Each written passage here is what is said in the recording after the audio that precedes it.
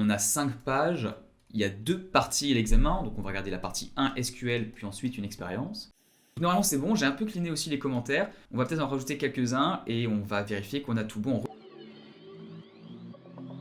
Bon, on est de retour avec beaucoup de changements, parce qu'il y a eu pas mal d'améliorations, et on va voir une par une les choses que j'ai faites, il y a eu beaucoup d'erreurs de mon côté, donc comment peut-on devenir data analyst? Eh bien, la première étape, c'est de bien réussir ses entretiens, ses tests techniques, notamment tout ce qui a trait au SQL, à R et au Python. Dans cette vidéo, ce que tu vas voir, c'est un vrai test technique, puisque j'ai postulé il y a quelques semaines à une startup australienne en tant que data analyst. On m'a envoyé un challenge technique à accomplir en SQL et en Python. J'ai tout filmé, le meilleur, mais aussi le pire et toutes les erreurs que j'ai commises pour que toi, tu ne les fasses pas. Alors, cette vidéo, elle s'adresse principalement aux débutants ou aux personnes intermédiaires. Parce que, en effet, perso, j'ai pas un niveau incroyable en SQL et le Python, avant cette vidéo, j'en avais quasiment jamais fait de ma vie. Donc, soit tu as le même niveau que moi ou tu es un peu moins bon et tu peux dire, bah cool, moi aussi je peux y arriver. Ou bien t'es meilleur et dans ce cas, bah dis-toi que si t'es meilleur que moi et que j'y arrive, il n'y a aucune raison que tu n'y arrives pas. Enfin, je serai transparent sur les émotions que j'ai pu ressentir pendant ce test technique. C'était un long challenge de plus de 6 heures et donc je suis passé par des périodes de doute mais aussi de lassitude. Et j'aimerais te montrer que si ça t'arrive pendant ces tests, pendant ta préparation, c'est normal, ça arrive à tout le monde, personne n'est parfait et qu'on peut aller à travers ces émotions pour justement réussir au final et bien se préparer. Et juste avant de commencer ce test technique complet, si tu pouvais me donner un coup de main et mettre un like à cette vidéo pour les algorithmes, ce serait incroyable. Pour chaque like sur cette vidéo, il y a un ingénieur qui trouve un travail. Donc allez, on est parti. Donc voici l'email que m'a envoyé la RH. Ici, on voit que concrètement, ils appellent ça un challenge, donc un test technique, mais en version plus friendly, plus sympathique. On clique là-dessus et on télécharge ensuite ce dossier que j'ai déjà téléchargé sur le bureau, Data Analyst Technical Exercise. Et on va devoir utiliser R ou Python. Et c'est ce que je vous disais, ça, je ne sais pas forcément le faire. J'en ai fait il y a très très longtemps, plusieurs années. Donc c'est comme si je repartais de zéro avec la connaissance vite fait des algorithmes et de la structure. Donc on ouvre la partie challenge, on a 5 pages, il y a 2 parties à l'examen, donc on va regarder la partie 1 SQL puis ensuite une expérience. Partie 1, donc tout de suite ils nous mettent dans le bain, on attend que ce challenge prenne entre 4 à 6 heures. Et ils demandent à ce qu'on le remplisse as soon as possible. Je l'ai reçu vendredi, pas celui-là mais celui d'avant, donc il y a 10 jours déjà. Et je leur ai envoyé un email leur demandant est-ce que je peux vous envoyer mes réponses le week-end d'après, enfin le lundi d'après, puisque j'étais pris ce week-end-là. Ils ont dit oui, il n'y a aucun problème. Dans votre cas, n'hésitez surtout pas à envoyer un email si vous ne pouvez pas répondre tout de suite, c'est pas grave.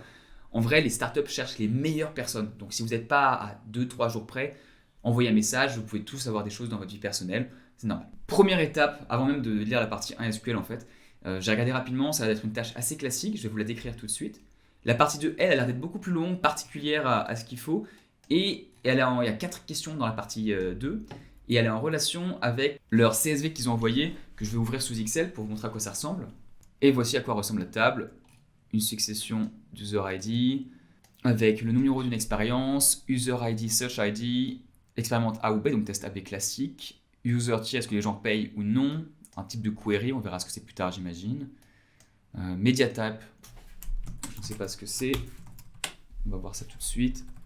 Media type, qu'est-ce qu'on a comme catégorie? On a RRVV, on verra ça plus tard. Num elevation, oups, pardon, excusez-moi. Num elevation, num click, donc le nombre d'élévations, je ne sais pas ce que c'est, on va voir ça ensuite. Le nombre de clics, le nombre de résultats exportés et le nombre de licences prises. Donc pas très très compliqué en termes de nombre de colonnes, mais ce qui va être compliqué, ça va être de faire de l'analyse de données dessus. Et ils disent à la fin, si vous utilisez Python, donnez-nous vos résultats en utilisant le Jupyter Notebook, et pour R, aussi bien le Jupyter ou le R Markdown. Bon, j'ai jamais utilisé aucun de ces trucs-là, donc je ne sais pas ce que c'est, déjà ça commence bien. Ce qui fait que je vais me dire 2 choses. La première, c'est, on va apprendre ensemble comment ça marche, ça va être un peu relou, mais c'est pas grave. En même temps, c'est bien, parce que je vais apprendre de nouveaux trucs, c'est toujours cool. Donc c'est le point positif. Et l'autre, c'est que je vais commencer par la question 1, qui me paraît être beaucoup plus simple en SQL, ce qui devrait être normalement assez straightforward, donc direct. On va commencer par ça, et puis voilà, je vais faire un timelapse sûrement, et je vous présente 1, la question une fois que je l'ai comprise, et 2, les résultats, ce que j'aurai en tête. Allez, on est parti.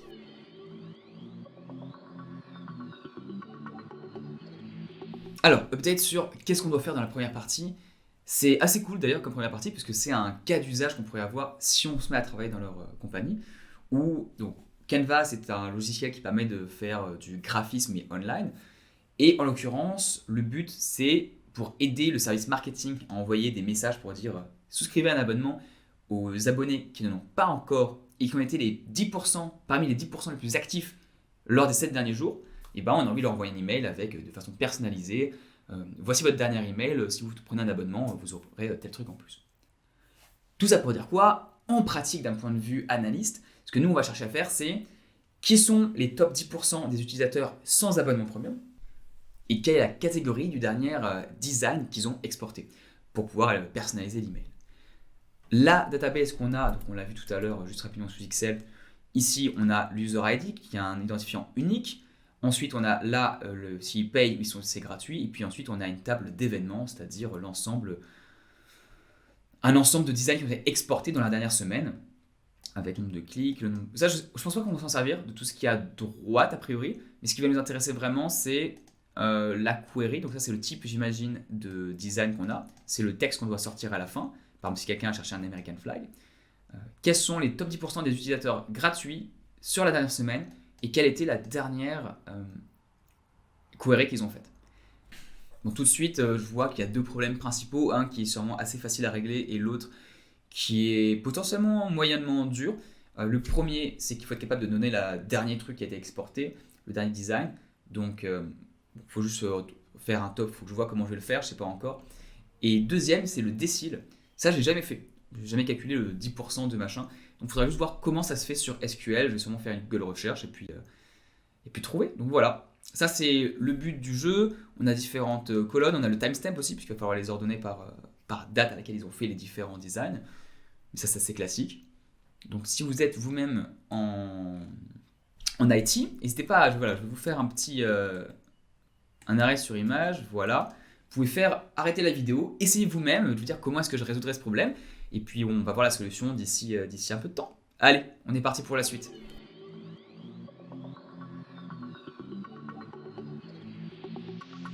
Petite note, donc pour tout ce qui est décile, j'ai trouvé une fonction qui permet a priori de diviser les résultats d'une liste ordonnée en X buckets. Donc là, ntil 100 pour 100 buckets. Donc on va faire ça ntil avec 10, puisque nous, quand on regarde l'énoncé, il nous a demandé entre 1 et 10. On va juste vérifier après que 1 c'est bien le plus bas et 10 le plus grand. Ce serait dommage de se tromper là-dessus.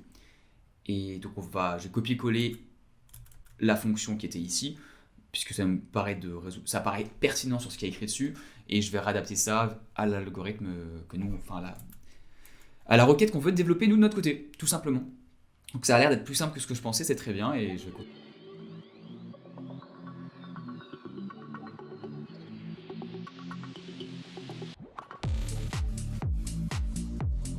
Bon, super, je viens de me rendre compte que mon logiciel n'a pas enregistré les 10 dernières minutes, donc je vais partir avec ma query un peu plus avancée sûrement.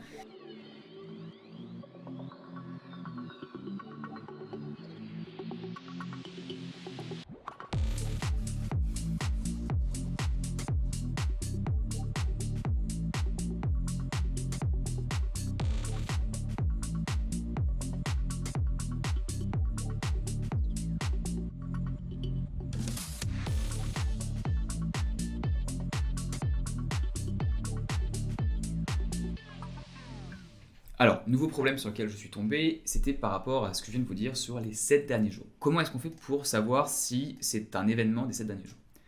Il se trouve que timestamp, donc déjà on voit qu'on a timestamp ici qui est le Unix epoch time de l'event en secondes. J'avais aucune idée de ce que c'était, et en fait quand on cherche, ça semble être le temps depuis le 1er janvier 1970, et ce qui est utilisé par le système Unix. Et donc, il faut comparer ça à la date de today, ce que je viens de faire en faisant une date diff, la différence de date, et en vérifiant que c'est en dessous de 7 dans la clause. On a le même problème ici, je ne sais pas si ça se fait avant ou après la partition. Je pense que ça se fait avant, puisque avec having, ça serait après, ou bien c'est l'inverse, il faudrait que je vérifie. Mais pareil, pour ça sera un problème pour plus tard. Déjà, ça pourrait marcher un peu. Je pense que vu que j'ai ça maintenant, et que j'utilise la fonction ntil, ce rank ici est inutile, il faudra vérifier. Mais bref, déjà c'est un problème qu'on a résolu ici, et on pourra marquer aussi que là on a timestamp, et qu'en fait le XL qui est là, où on a expérimenté, c'est pas du tout le même, parce que c'est pas la même donnée. Donc ça se rassemble pour l'exercice numéro 2, et pas du tout pour l'exercice numéro 1. Donc je me suis trompé, vous l'avez peut-être déjà remarqué si vous suivez la vidéo depuis le début. À voir. Bon, on va continuer. Là, ce qu'il faut faire maintenant, donc on a fait le until. Il faut qu'on vérifie si c'est descendant ou ascendant. On va... Normalement, on a le dernier truc, avec le décile. Ouais, il faut qu'on vérifie deux choses. Il faut qu'on vérifie ça ici, descendant, ascendant, et ensuite à quel moment la condition se fait par rapport à la partition. Et puis je vous dis ça tout de suite. Allez, on continue.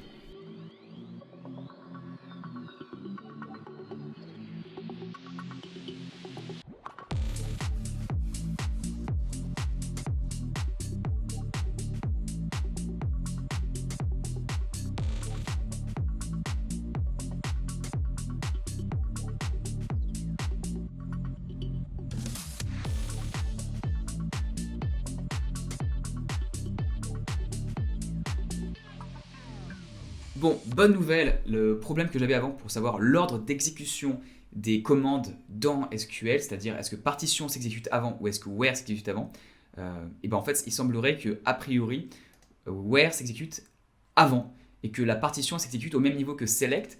C'est-à-dire que là quand on regarde l'ordre d'exécution, select c'est le cinquième, et ce qui veut dire que bah, c'est super parce qu'on peut mettre cette note là ici, l'enlever. On sait que ce sera uniquement sur tous les consommateurs qui sont pas payés, qui n'ont pas d'abonnement. Et ça veut dire aussi qu'on sera dans les 7 derniers jours. Donc ça, c'est une super nouvelle. Je vais quand même le vérifier sur un ou deux autres sites. Et puis après, on va s'attaquer à until et regarder ce qu'on a. Allez, c'est super en tout cas. On continue.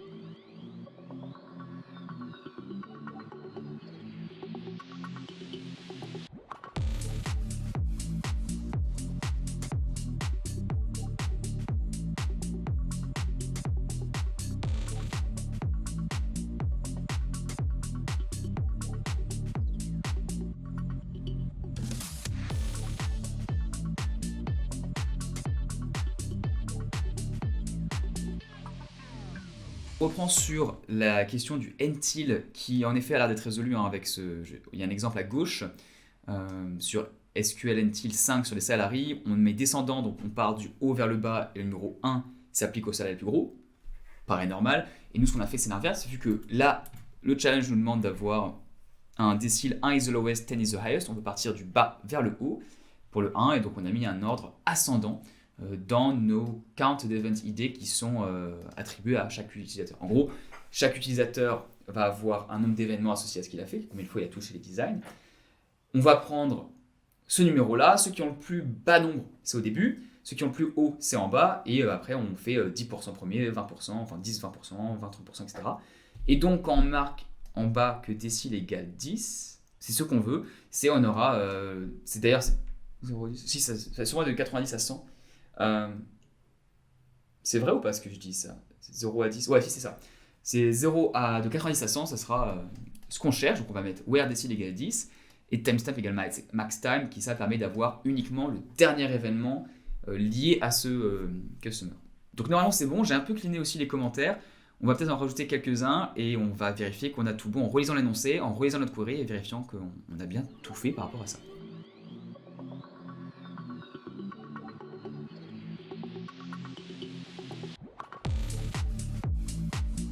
Bon, bah voilà pour la première query. Dites-moi ce que vous en pensez, parce que ça se trouve, j'ai fait des erreurs. Enfin, de toute façon, en fait, non, parce que la vidéo sortira après que j'envoie les résultats et que j'ai eu un retour des RH. Donc, dites-moi si vous avez fait l'exercice, si vous avez trouvé quelque chose de similaire ou si vous avez vu des choses que je fais qui peuvent être améliorées. Le but, c'est toujours de chercher à s'améliorer, d'apprendre. Donc, personne n'est parfait, moi non plus, et je fais pas souvent ça. Donc, n'hésitez pas. Et puis, j'espère que ça vous aura été instructif. Et on va partir pour le deuxième problème qui a l'air d'être beaucoup plus intéressant et beaucoup plus complet. Surtout que là, cette fois-ci, il va falloir installer une database, donc ce que je n'ai jamais fait, donc ça va être drôle. Allez, on est parti. Bon, on y retourne. Avant ça, un retour quand même, puisque j'ai un gros sentiment de non-légitimité à faire cette vidéo. En fait, le sentiment d'être nul, quoi, tout simplement. Parce que là, j'ai fait une question simple, j'ai l'impression que ça m'a pris énormément de temps, alors que ça devrait pas. Et je sais que je suis pas le meilleur en SQL, et là, je vais partir sur autre chose, sur du Python, que j'ai quasiment jamais fait, j'ai jamais installé une base de données sur mon ordi, enfin pour faire ce genre de choses. J'ai vraiment l'impression d'être la dernière personne au monde pour faire cette vidéo. Et je pense que beaucoup de gens ont ce complexe de l'imposteur, c'est pour ça que j'en parle, d'avoir cette sensation de ne pas être légitime. J'ai même envie de pas faire la vidéo parce que c'est se mettre à nu, c'est dire bah voilà, je suis pas très fort là-dessus alors que c'est censé être quelque chose sur lequel enfin, d'autres personnes pourraient penser qu'au vu de ce que je fais comme job, je devrais être très fort. Et j'ai peur de décevoir certains d'entre vous qui, vous, êtes vraiment légitimes là-dedans, êtes vraiment bons. J'ai peur de que ça paraisse obscur de toute façon aux gens qui ne se connaissent pas, mais ouais, de perdre en crédibilité. C'est assez dur en fait de faire cette vidéo, beaucoup plus que j'aurais pensé. Donc je voulais juste partager cette remarque parce que c'est pas évident. Vous pouvez être plusieurs aussi à passer par là lorsque vous faites le test, de vous dire putain, mais je mets du temps à faire ça, j'y arrive pas. Est-ce que je suis assez bon pour le job? Est-ce que je mérite d'être là-bas? Et je vous dis oui. Si vous faites le test, si vous avez été sélectionné, vous dites pas non à vous-même. Laissez les autres vous dire non, vous n'êtes pas assez fort parce que vous, le but, c'est de mettre toutes les chances de votre côté, d'y aller à fond, de vous donner. Au pire, on apprend des trucs, enfin vous allez apprendre des choses en faisant l'exercice et c'est bien. Et au mieux, vous aurez le job. Donc vraiment, allez-y, vous mettez aucune barrière. Et puis pour ce qui est de mon estime personnelle, de ce que j'aime projeter comme image, bah écoutez, je suis pas le meilleur, c'est comme ça. Mais il y a d'autres forces que j'ai, comme vous en avez d'autres aussi. Et le but, c'est d'arriver au niveau minimal requis, qui est peut-être bon, voire très bon, d'y arriver. Ensuite, d'utiliser toutes les forces que vous avez pour leverage ça et avoir un impact et avoir positif sur l'entreprise, pour vous, sur votre carrière, pour tout ce qu'il y a à faire, sur vos collègues, sur ce que les gens vont à faire, etc. Donc, j'espère que cet aparté aura été compréhensible, ou en tout cas que vous soyez compréhensif et bienveillant par rapport à cette vidéo, parce que ouais, je me mets un peu à mal pour ça. Voilà, on a l'impression de se mettre à nu. Bref, on recommence. Donc là, je me donne 1 heure avant de partir voir mes amis. On va partir là-dessus. Je pense que je vais quasiment rien faire en vrai, parce qu'il y a beaucoup de choses que je ne sais pas faire. On va lire tout ça. Je vais vous expliquer ce qu'il y a à faire. Et puis ensuite, on va commencer. Et puis voilà. Allez, on va lire.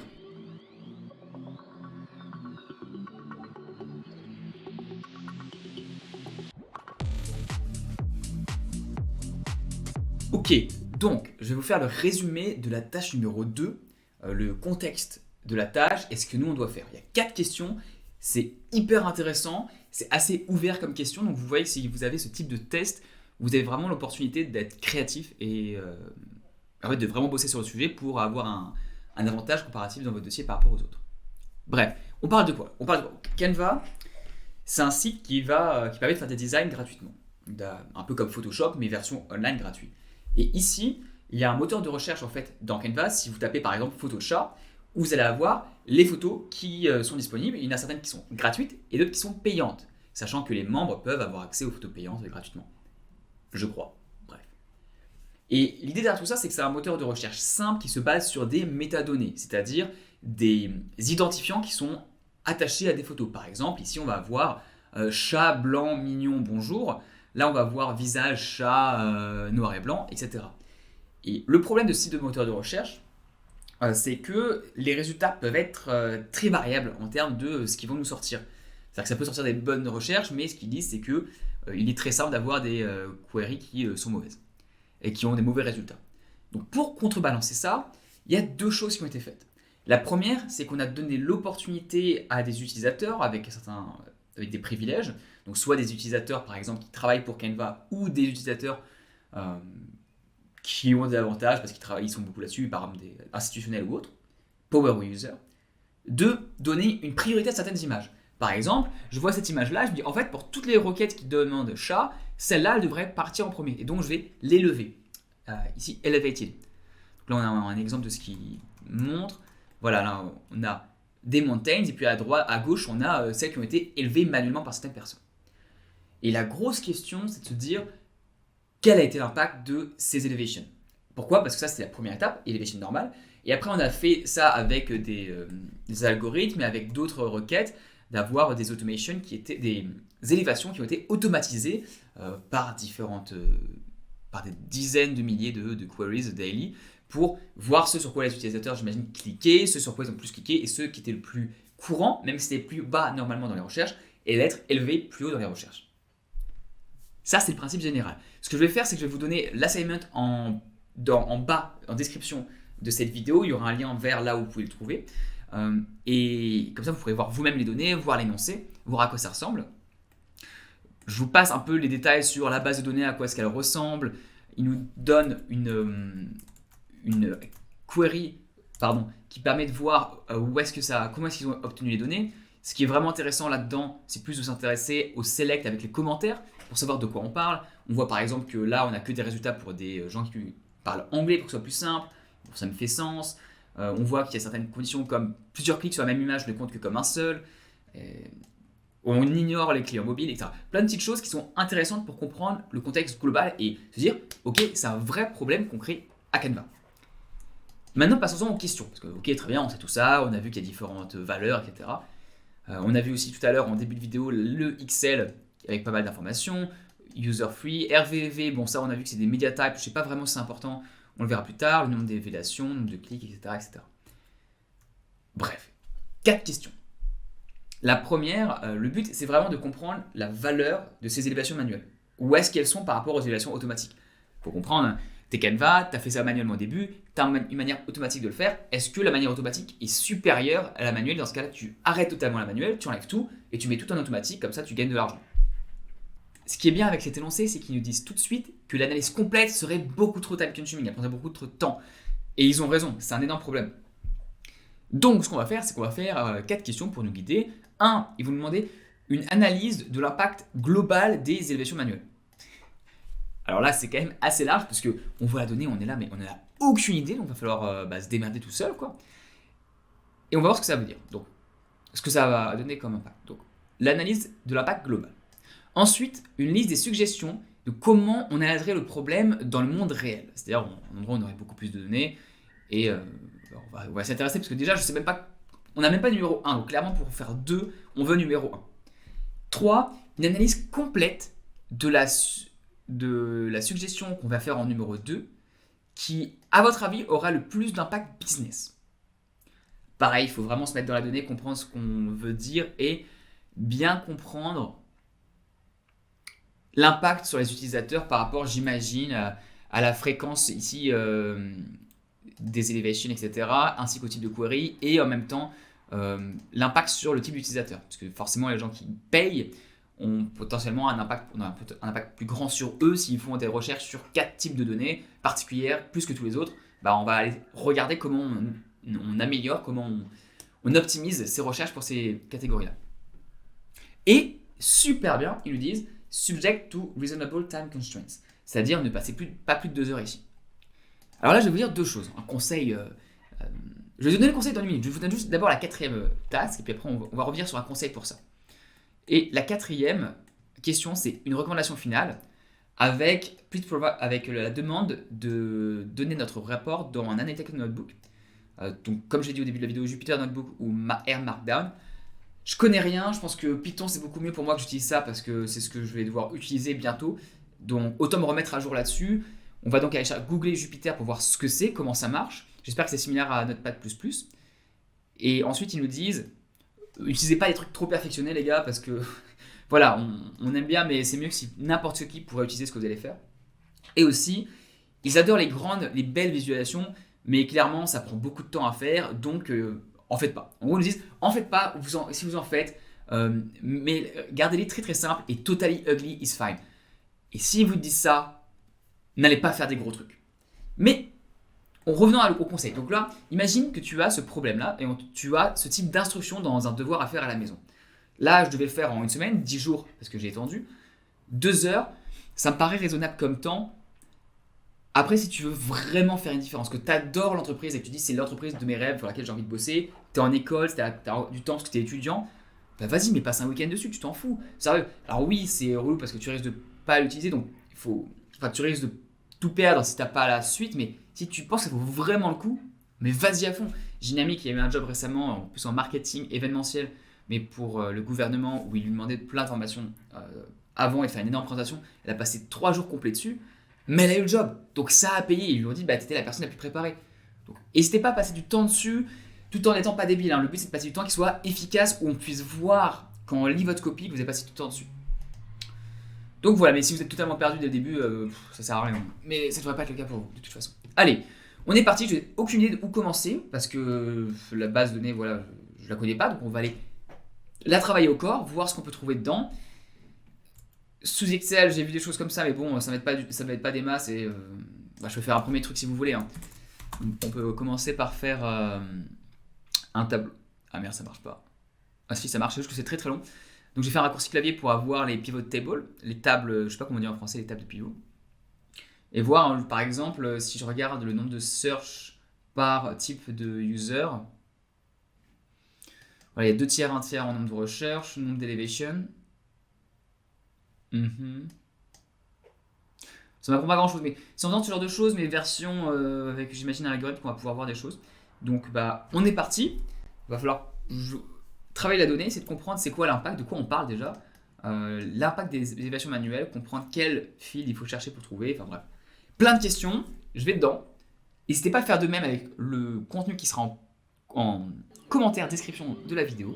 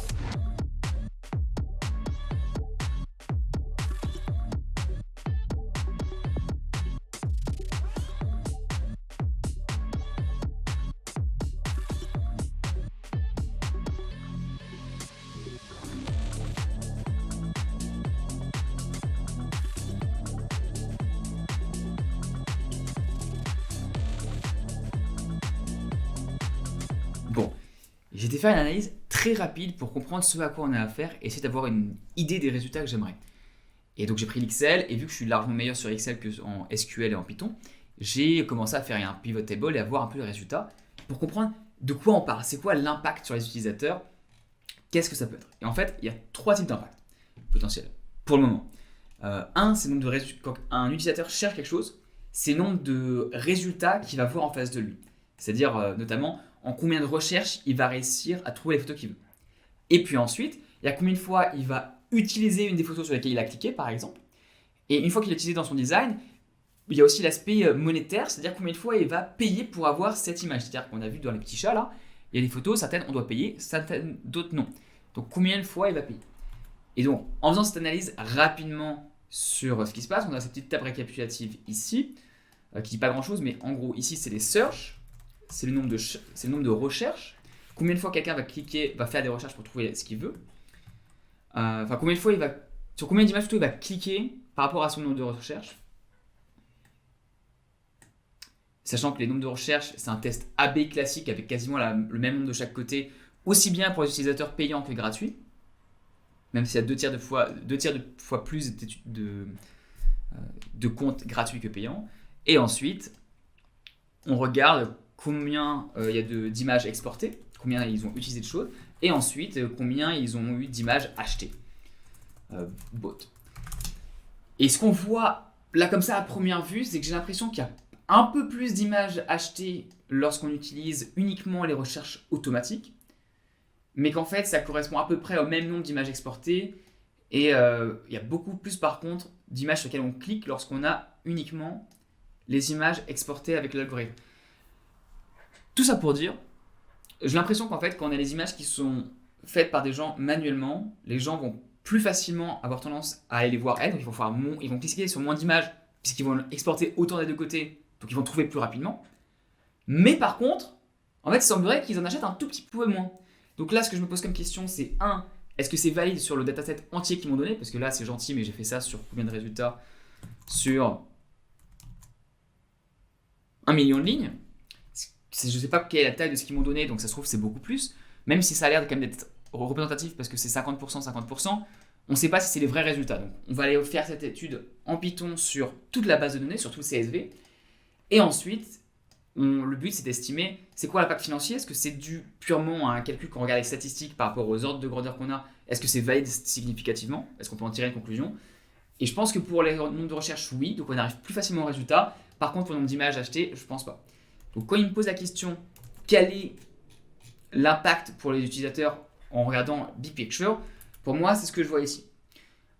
J'avais fait une autre recherche juste rapidement sur les mots-clés qui étaient cherchés tout à l'heure par les différents groupes. Il semble que les 13 premiers soient les mêmes, et puis parmi Parmi les 27 premiers, on en a quand même 20 qui sont similaires chez les utilisateurs gratuits et payants. Donc je pense pas qu'il y ait une énorme différence à ce niveau-là. On va vraiment s'intéresser aux indicateurs business et leur faire une analyse là-dessus.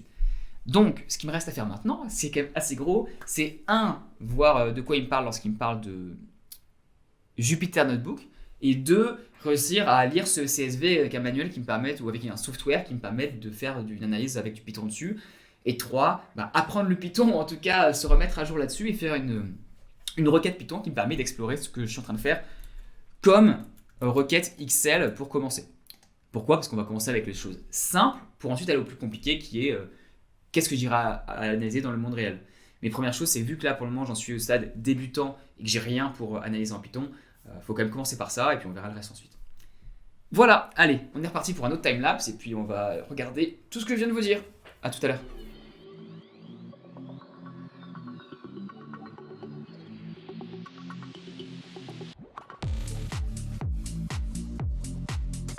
Bon, ce que je vais faire, c'est que ça prend pas mal de temps de charger tout ça avec en même temps OBS Studio, qui est le logiciel qui me permet d'enregistrer l'écran de mon ordinateur. Mon ordi n'est pas le plus puissant. Là, j'en ai besoin un peu, je pense, pour aller plus vite, parce qu'il faut que je speedrun ma capacité à apprendre ça. Donc je vais arrêter d'enregistrer, et puis je vous retrouve juste après, où j'aurai normalement appris au moins à utiliser ce notebook. Salutations, on est le lendemain, on est dimanche, et donc j'ai avancé sur 3 choses. Donc, je vais vous dire ce sur quoi j'ai avancé et ce qu'on va faire ensuite. Première chose, j'ai compris comment on utilise Jupyter. En fait, je l'avais utilisé lorsque j'étais étudiant, je crois, mais ça fait très très longtemps, donc 8 ans quasiment, si ça existe à ce moment-là, ou quelque chose de similaire. Et ça, c'est simple, il suffit d'importer un module qui s'appelle Panda pour pouvoir lire la donnée en ayant importé. Donc tout se fait par le browser, donc très très cool. On va pouvoir donc faire du Python et se focaliser sur l'écriture plutôt que sur l'installation de logiciels. 2, j'ai été regarder un tuto sur les basiques en Python.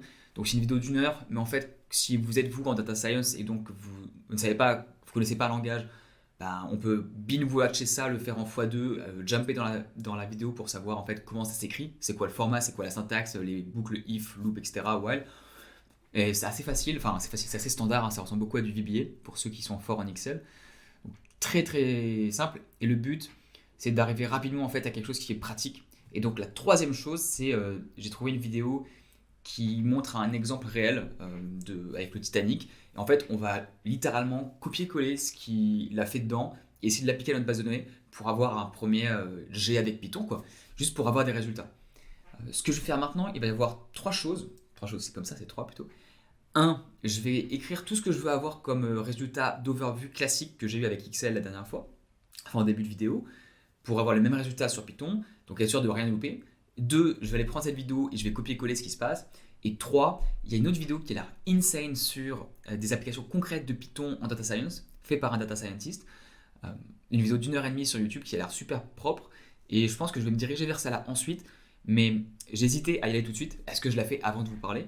Mais je me suis dit ensuite non, parce qu'il vaut mieux, je pense que dans une situation où on ne connaît rien du tout, de s'entraîner sur les bases des bases des bases, les taper, voir les erreurs basiques comme ça. Une fois qu'on sera sur quelque chose de plus avancé, on les fera pas, on pourra directement avoir du code et se focaliser sur les vraies erreurs et pouvoir donc débugger tout ça. Voilà, j'espère que c'était clair. On est parti pour regarder la vidéo qui est là. Enfin, en tout cas, je vais vous faire ça en timelapse a priori et je vais copier-coller ce qu'il y a dedans, essayer d'avoir des résultats. Et voilà, donc je vous retrouve dans 5 minutes. Enfin, tout de suite pour vous, mais dans 5 à 20 minutes pour moi. Allez.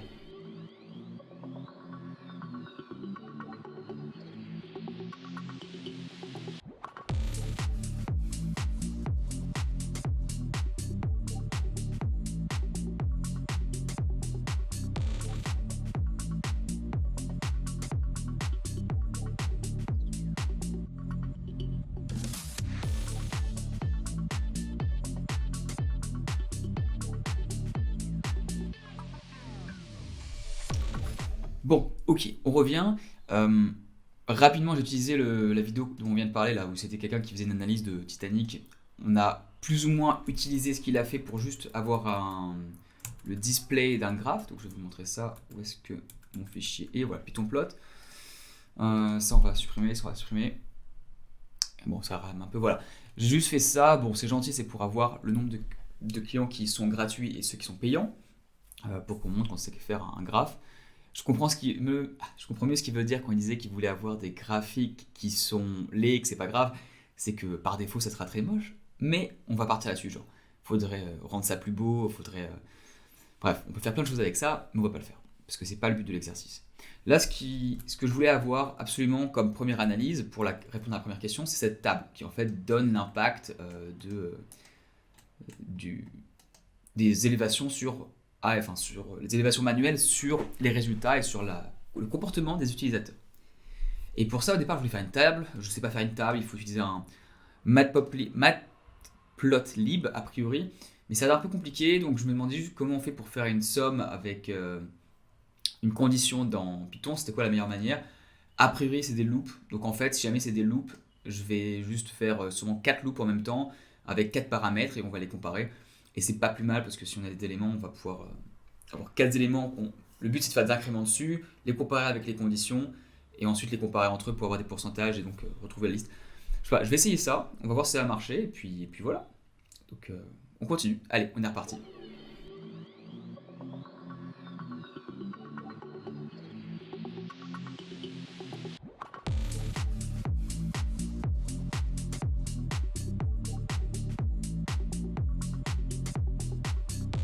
Petite note quand même, mon instinct me dit que c'est clairement pas la manière la plus optimisée de faire ça.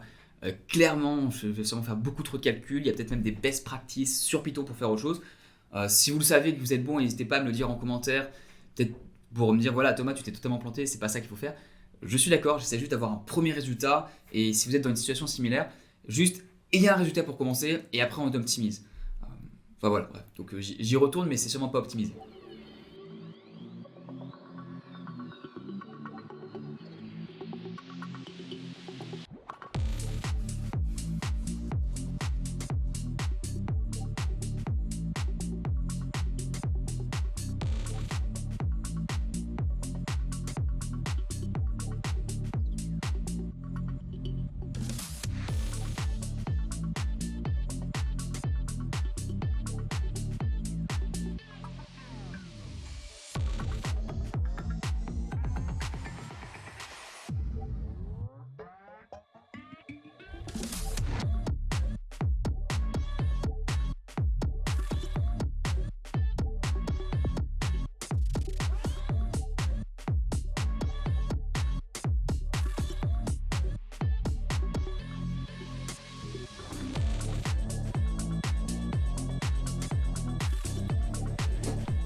Bon, je pense avoir trouvé une syntaxe pour trouver donc les données que j'ai dans la table, pour avoir un petit les A et B, nombre de recherche, nombre de clics, nombre d'exports et nombre de licences. Mais j'ai un problème sur les search ID qui n'est pas défini. Donc c'est ce que je voyais déjà de toute façon lorsque la table a été faite. J'ai l'impression que ça se display pas bien. On n'a pas une visualisation correcte de la table. Donc je vais devoir m'intéresser à ça, ce qui est un peu embêtant parce que c'est un problème de format. C'est jamais agréable de faire du formatage sur des fichiers ou en tout cas de devoir gérer ça. Mais bon, on va aller rechercher ça sur Google et puis on va trouver. Allez, et je vais faire une cut dans la vidéo puisque ça fait 29 minutes et 30 secondes et qu'on n'a que 30 minutes de record par vidéo. A tout de suite.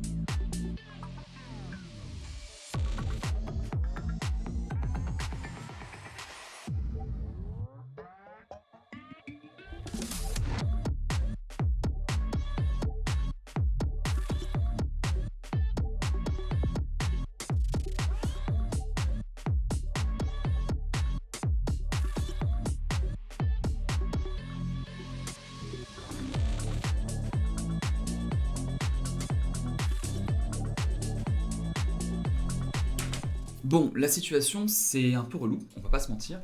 J'ai l'impression de partir dans un chemin qui sert à rien, mais je sais pas quoi faire d'autre.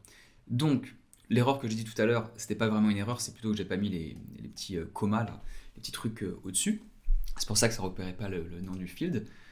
Mais là, j'arrive sur une erreur qui me dit que Panda, a priori, donc le truc veut me dire oui, ta comparaison est ambiguë. Je me demande, ambigu de quoi, quoi? Je te demande juste un truc simple. Et j'essaie d'aller sur internet et ils me disent il faut faire des data frames pour réussir à résoudre ton problème, ou en tout cas il semblerait. Et ça me semble super compliqué pour juste faire un truc super simple qui consiste à vérifier si A égale B. Donc ça m'embête un peu, mais on va... Ce que je vais faire, c'est que je vais partir là-dedans, je vais essayer de le faire. C'est juste relou parce qu'il y a beaucoup de code et je comprends, enfin, je suis vraiment persuadé que c'est une bêtise d'aller là-dedans. Mais je saurais que en faisant. Donc je vais essayer, c'est souvent pas une best practice. Et puis si ça marche pas, j'irai voir la vidéo dont j'ai parlé tout à l'heure sur YouTube, sur le mec qui fait des cas pratiques. Et je verrai comment lui, enfin je vais essayer d'aller très très vite parmi tous les exemples qu'il donne pour voir s'il n'y en a pas un similaire duquel je puisse m'inspirer pour la syntaxe, parce que c'est juste ça le problème. Donc voilà, c'est des choses qui arrivent souvent lorsqu'on utilise un nouveau langage. On ne sait pas comment faire quelque chose et on se retrouve à devoir chercher pendant des heures pour quelque chose qui, lorsqu'on le sait, est très très simple. Mais bon, c'est la vie. Donc on est parti, on continue, et puis voilà. Comme ça vous voyez que ça existe aussi, enfin que c'est des problèmes qui arrivent à tout le monde, il n'y a pas de souci, c'est récurrent. Allez, on est reparti.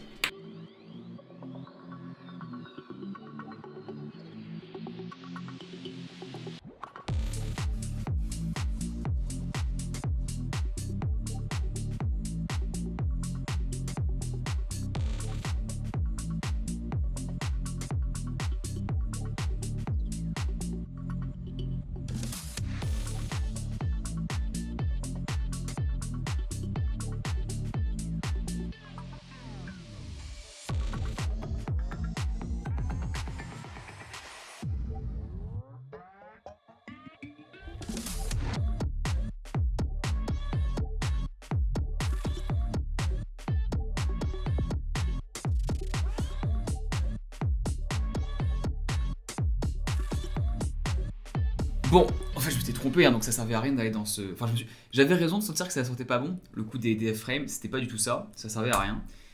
Le problème que j'avais, c'est que j'avais pas mis la recherche... Enfin j'avais pas mis un string dont je comparais deux types d'éléments qui n'étaient pas les mêmes. Ça, à la limite, je comprends. Là où ça m'embête, c'est que je regarde un peu ma comparaison là pour faire mes calculs. Ça marchait pas, ça donnait pas de résultat. Donc j'ai rajouté rapidement un- juste un i, une variable pour compter et voir où est-ce que je suis dans l'exécution du code. Et ce qu'on voit là avec un petit test client rapide, c'est que en fait, ça compte, ça fait 1000 calculs toutes les secondes à peu près. Et vu que j'ai 1 800 000 lignes, à peu près, là, ce qu'on avait vu au tout début, là, ici, 1 600 000 lignes, ça va pas le faire, quoi. Donc c'est clairement pas opti. Et je sais pas pourquoi ça prend autant de temps, parce que c'est pas non plus... Enfin, c'est juste une comparaison d'égalité et un ajout. Donc, je sais pas si c'est ce logiciel-là qui est super lent, ou si c'est moi qui ai vraiment fait quelque chose de stupide sur ce que j'ai écrit. Donc là, j'ai pas d'idée. Pour le moment, j'ai pas d'idée. A priori, le code marche, hein, donc ça, c'est une bonne nouvelle. Je peux même m'amuser à faire quelque chose pour vérifier si ça marche, en fait. On va à chaque fois écrire... On va faire ça, on va stopper, on va relancer. Et à chaque fois qu'on a 1000... Ah bah non, ça marche pas. Ok, bon, on va déjà commencer par régler ce problème-là, c'est-à-dire à chaque fois qu'on a un incrément, j'aimerais vérifier que le nombre de searches augmente, parce que là, c'est pas le cas. Et puis on va avancer. Hein. Bon, c'est pas incroyable, c'est pas grave, mais on avance, voilà. C'est pour ça qu'il faut toujours tester son code par petits morceaux. Je vais faire ça, et puis on verra ce que ça va donner. Soit je vais débugger ça déjà, puis on va voir. Allez.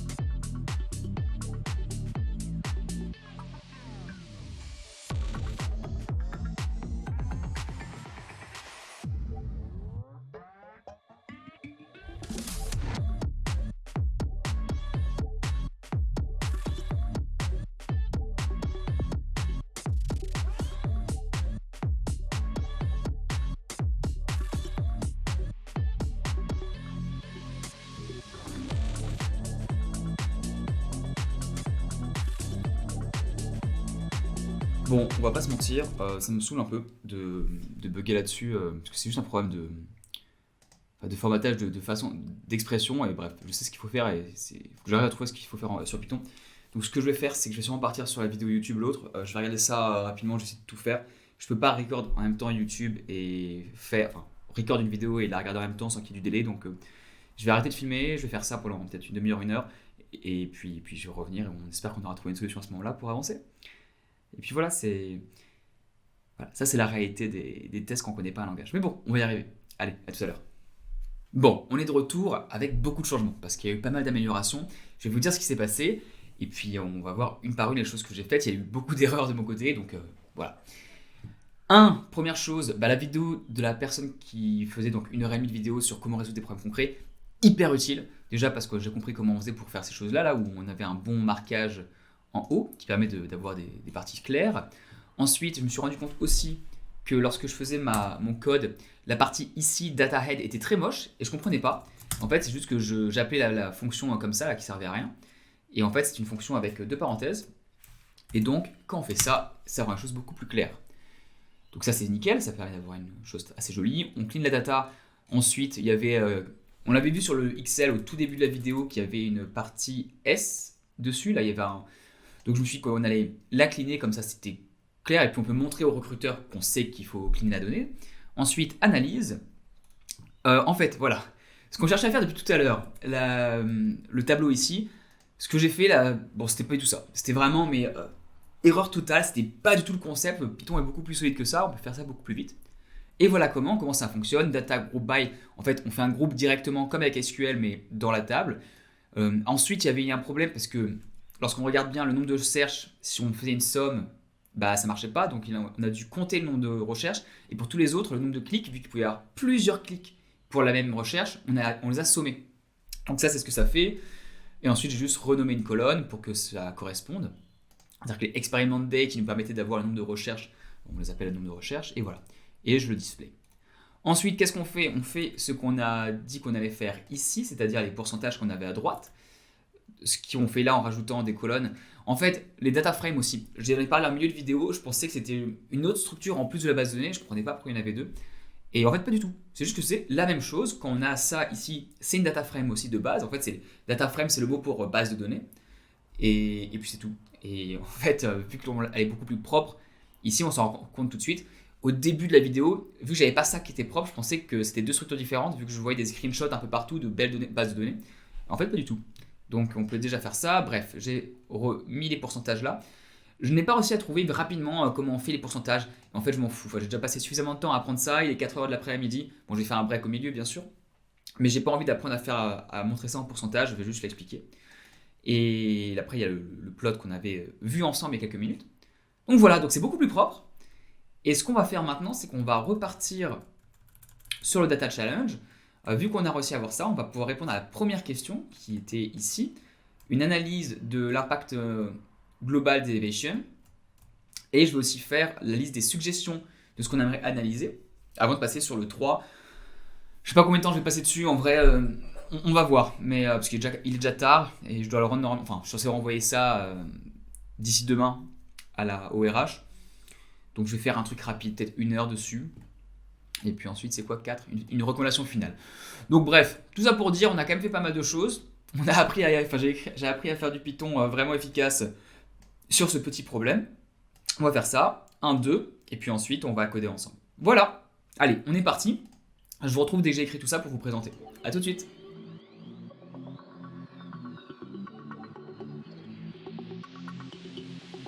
Première question, c'était sur l'impact global des élévations manuelles. Et donc, ce que je propose comme réponse, c'est une réponse en 2 parties. Une première, vraiment la phrase pour expliquer à n'importe qui ne comprend pas le problème. C'est-à-dire que lorsqu'on fait une recherche, les utilisateurs semblent préférer les images élevées, mais par contre, quand il s'agit de payer, beaucoup moins. Donc c'est problématique. Et ensuite, je mets ça avec les nombres, avec les 5% de différence. 2.5 pour le nombre d'exports. Et ensuite, l'argent, la moula qui est à 14% de moins. Et je devrais peut-être mettre 1 ou 2 graphes, mais j'ai pas forcément... Je vais faire... Ouais, ok, je vais mettre un graphe quand même, juste pour être sympathique ici. On va voir... Nanana. Problème numéro 2, c'est-à-dire, il nous pose la question, et dans le monde réel, qu'est-ce que vous ferez pour analyser? Ce que je dis donc, c'est qu'on a un problème qui est intéressant, c'est vrai pour le coup, c'est que d'un côté, on a une expérience utilisateur qui est potentiellement meilleure avec des évaluations manuelles, mais de l'autre, on a beaucoup moins de revenus, et ça peut être problématique. Et donc, il n'y a pas forcément une causalité directe entre « Ah, on perd des revenus, donc on doit enlever », parce que notamment pour une startup, la satisfaction client est extrêmement importante, notamment dans un contexte où on va avoir une growth, une croissance énorme. Donc, il vaut mieux qu'on arrive à dire « Ok, ça coûte tant d'argent de rester là et de ne pas faire ça, et qu'est-ce que ça peut être l'impact sur les personnes ?» Et avoir cette donnée d'argent, si c'est 10 000 balles, on n'a rien à faire par rapport à la croissance. Par contre, si on parle de millions de dollars, là, ça peut potentiellement avoir un impact. Donc, à voir, et c'est des décisions en tant qu'analyste, c'est pas à nous de prendre la décision, mais c'est à nous de mettre des cartes sur la table pour savoir ce qu'il faut faire. Donc, ce que je dis que j'aimerais bien regarder, ce serait l'impact des évaluations manuelles en fonction de la catégorie d'user, parce qu'on n'a pas envie d'impacter principalement les gens qui ont déjà payé un abonnement, parce qu'il vaut mieux qu'eux ils soient plus satisfaits. Enfin, en fait, les deux doivent être satisfaits, mais bref, j'aimerais bien voir cet impact-là. J'aimerais voir l'impact des top 30 terms par rapport à la trail, parce qu'on a vu que dans les recherches, on l'avait vu sur Excel, c'est la dernière fois, qu'il y avait beaucoup plus de recherches pour les mots principaux. Voilà, les premiers mots, on a 30 mots font 70% des recherches. Donc j'aimerais voir si au niveau de ce qui est payé pour eux, c'est eux qui vont vraiment... parce que c'est là où il y a le gap de différentiel de monnaie, ou est-ce qu'il est au niveau de la long trail? Parce qu'en fonction, on peut faire une solution différente. On peut dire que pour les 30 premiers mots, s'il n'y a pas de différence monétaire, on laisse, mais pour tous les autres, on l'enlève. Donc ça, c'est ce genre de choses à voir. Et enfin, voir de combien on parle en termes de revenus qui sont perdus. Voilà, ça c'est ce que je pense qu'il faut qu'on dive in. En vrai, j'ai la flemme, parce qu'il est 4h01. On est dimanche, j'ai pas que ça à faire. Mais non, c'est bien, je vais essayer de diver un peu dedans, mais je suis pas forcément le plus motivé là. C'est pas grave, ça me fait plaisir de partager ça et je pense que c'est intéressant de faire une vidéo jusqu'au bout. Donc, vu que j'ai commencé, je vais la finir. Je vais faire une analyse, je sais pas encore de quoi. Et puis, on va se remettre en timelapse et puis vous allez bien voir de quoi il s'agit. Allez, à tout à l'heure. Bon, et ben on est reparti pour la fin de cette vidéo où j'ai trouvé, je pense, la solution du problème. Donc, ce que je vais faire, c'est que je vais vous dire sur quoi je suis parti en analyse. On va regarder les résultats ensemble, voir ce que j'ai trouvé. Je me suis arrêté, je n'ai pas tout peaufiné parce que vraiment, j'ai pas le temps, il est presque 6h du soir et j'ai autre chose à faire aussi. Mais on va voir donc le corps de la solution. Qu'est-ce que c'est? C'est que lorsqu'on regarde les queries, qu'on les regroupe par type de query qui a été faite par les utilisateurs et qu'on regarde les tests AB, en fait, on se rend compte que le pourcentage de différence va changer notablement en fonction de la requête. Par exemple, certaines vont être quasiment nulles, genre on regarde ligne 0 ou 0,02%, Instagram où il y a moins d'1% des gens qui vont acheter quoi qu'il arrive, et d'autres où en plus d'avoir un taux comme on l'a vu avant vers les 2, 3, 4%, il va changer notablement en fonction de la catégorie. Par exemple, arrow, flèche, ça va être 2% des utilisateurs lorsqu'il y a des images élevées qui vont acheter, alors que c'est 4,8% qui vont acheter lorsque c'est automatique. Donc, ça veut dire que tout de suite, en termes de conséquences pour l'entreprise, c'est de regarder ça par type de catégorie. Et ensuite, quand on regarde vraiment ce qui se passe, on se rend compte qu'au niveau financier, si on fait les calculs et qu'on applique les taux de pourcentage les plus grands au nombre de requêtes qu'il y avait, on arrive à des sommes qui sont minimes. C'est-à-dire, quand je dis minime, c'est 2 000 $ pour 1,6 million nombre de requêtes qu'on a comme sample. Donc pour moi, comme ça à froid, je dirais qu'il n'y a aucun intérêt d'enlever les requêtes manuelles parce que ça améliore de 5% l'expérience utilisateur pour 2000 balles. Enfin, vraiment, c'est ridicule. Par contre, en fait, en finissant encore pour aller plus loin, je me suis aussi rendu compte que le premier, donc les flèches, le nombre de ratios de clics et le nombre de ratios de téléchargement, il n'y a pas de différence, enfin c'est inférieur à 2% entre les deux groupes. Et donc, dans ce cas-là, par contre, je dirais que ça vaut le coup pour cet exemple précis d'enlever les manual elevation, puisqu'on doublerait quasiment on fait plus que doubler le taux de conversion, donc on gagne un peu plus d'argent, même si c'est minime, mais on n'impacte pas du tout l'expérience utilisateur. Voilà, donc ça c'était les conclusions que j'ai eues. Je vous montre quand même un petit truc qui est intéressant, c'est que voilà, ici, dans le commentaire que je donne au recruteur, je vais lui dire que j'ai plus beaucoup de temps et que j'espère que ces insights, ils me paraissent suffisants pour justifier du fait d'aller au tour suivant, mais que s'ils veulent que j'en fasse plus, je suis disponible. C'est une façon de gentil de dire j'ai passé du temps dessus, je peux aller plus loin si vous le voulez, mais j'ai juste la flemme. Ou pas le temps, hein, je l'ai dit sur une forme assez polie, due to personal external circumstances. Donc voilà, c'est avec Pas mal de choses au niveau technique que j'ai apprises aussi, donc c'est intéressant sur le Python. Avant de finir cette vidéo, faisons quand même le débrief des résultats de cet entretien technique. Au final, j'ai eu un retour de la part de Canva, l'entreprise à laquelle j'ai postulé, et malheureusement, ça n'a pas été positif. Alors, normalement, je pense que les gens ne montreraient pas ça, mais en fait, j'ai envie d'être transparent avec toi. Si tu as regardé la vidéo jusqu'au bout, tu mérites de savoir ce qui s'est passé, et aussi de pouvoir comparer ce que j'ai fait au niveau attendu. Alors, ils disent que le challenge fut bon globalement, mais que comparé à d'autres challenges qui ont été donnés par d'autres candidats, et avec le scoring criteria, donc les critères de sélection qu'ils avaient, je n'étais pas dans les premiers et donc je ne vais pas continuer au prochain stade de la sélection du recrutement. Donc il y a un retour spécifique sur les 2 épreuves et ça c'est vraiment ultra cool, c'est vraiment très très sympa de leur part, il y a très peu d'entreprises qui le font donc je suis très reconnaissant à eux d'avoir fait ça, c'est bien pour moi, c'est bien pour vous qui voyez cette vidéo. Alors SQL, il y a des défauts dans la syntaxe et la logique et il y a pas mal d'erreurs. Ce qui est compréhensible, je ne suis pas incroyable en SQL, comme vous l'avez vu pendant cette épreuve. J'ai dû apprendre pas mal sur Google et utiliser beaucoup de choses. C'est un peu dommage, je pensais quand même que c'était globalement bon. Si tu as un meilleur niveau que moi, n'hésite pas à me dire ce qui est mauvais là-dedans. Voilà, donc ça c'est une chose.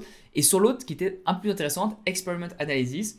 Donc j'avais un résumé clair et des bonnes recommandations, mais malheureusement, je n'avais pas une analyse poussée et qui n'adressait pas forcément le why derrière les différences AB. Et j'aurais a priori manqué la big picture. Bon. Sur ça, je dois avouer que quand j'ai lu ce commentaire, j'étais un peu déçu du 3e point, c'est-à-dire le fait que j'avais manqué la vision générale. Je pensais l'avoir eu. Mais dans le même temps, en vrai, sur les 3 heures que j'ai dû passer sur ce test-là, j'ai dû passer 2 heures, 2 heures et demie à apprendre à faire du Python au lieu de l'utiliser. Donc, 2 choses, c'est normal qu'ils disent que je manque de profondeur sur l'analyse. Et je te dirais que la recommandation pour toi, c'est si tu fais un test comme ça, rappelle-toi qu'il y a d'autres personnes qui sont en compétition.